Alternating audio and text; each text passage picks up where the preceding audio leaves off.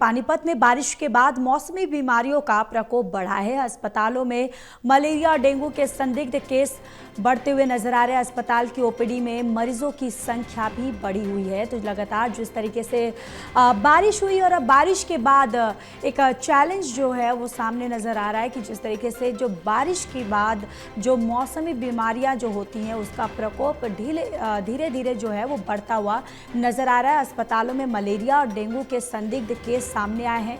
अस्पताल की ओपीडी में मरीजों की संख्याओं में लगातार बढ़ोतरी देखी जा रही है, यानी कि जो मरीजों की संख्या है ओपीडी में लगातार इनकी बढ़ोतरी हो रही है।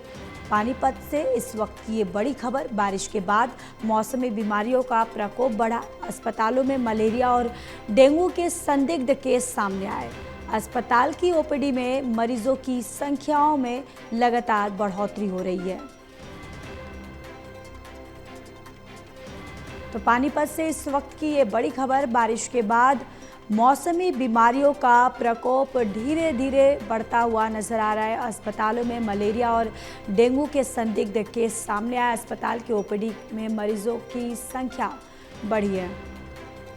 और इसी खबर पर ज़्यादा जानकारी के साथ एसोसिएट एडिटर देवेंद्र कथुरिया हमारे साथ जुड़ चुके हैं। देवेंद्र, देखिए पानीपत में जिस तरीके से अब बारिश के बाद मौसमी बीमारियों का प्रकोप धीरे धीरे बढ़ता हुआ नजर आ रहा है। ओपीडी में मरीजों की संख्या जो है उसमें भी बढ़ोतरी देखने को मिल रही है।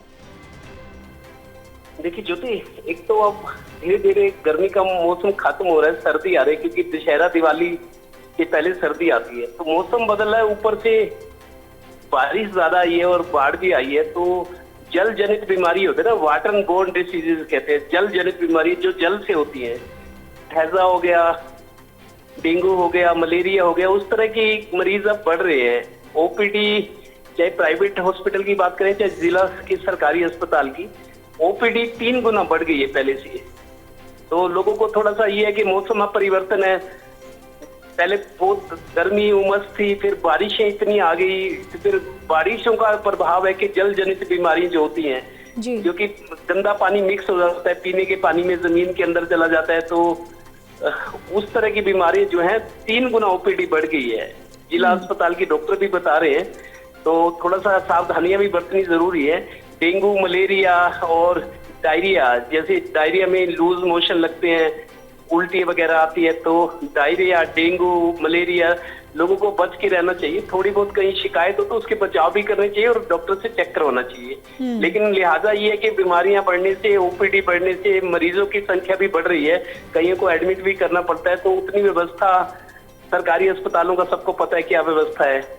मरीज ज्यादा होते हैं, सुविधाएं कम होती है, तो इससे अच्छा ये कि prevention is better than cure. इलाज करवाने से अच्छा है परहेज किया जाए और सावधानी बरती जाए।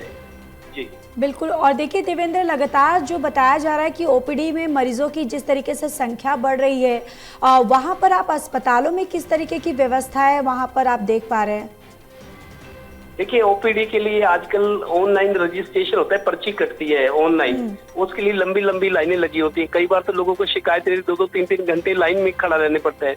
अब जो आदमी बीमार हो, जिसको कोई दिक्कत हो, मानो बुजुर्ग भी होते हैं, उनमें बच्चे भी होते हैं, तो 2-2 घंटे पर्ची बनवाने में लगते हैं। ये भी समस्या है, क्योंकि मरीज ज्यादा है तो लाइन में पर्ची बनती है, कंप्यूटर पे पर्ची निकालते हैं, 5 रुपये फीस होती है।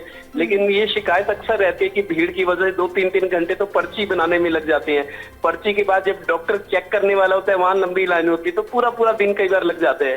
गरीब आदमी के लिए, जिसने काम करना हो, फैक्ट्री में नौकरी करता है, मजदूरी करता है, उनकी समस्या ज्यादा है। उनको ये लगता है कि 2 घंटे पर्ची बनाने में और फिर 2 घंटे डॉक्टर को दिखाने में लगे, उसके बाद दवाई लिखी जाती है, दवाई लेते हैं, तो पैसा तो खर्च होता है, समय भी पूरा पूरा दिन लग जाता है कई बार। इसी वजह से जो साधन संपन्न लोग हैं वो सरकारी अस्पताल में ज्यादा भरोसा नहीं करते, प्राइवेट अस्पताल में पैसा खर्च करके अच्छी सेवा, अच्छी सुविधा चाहते हैं।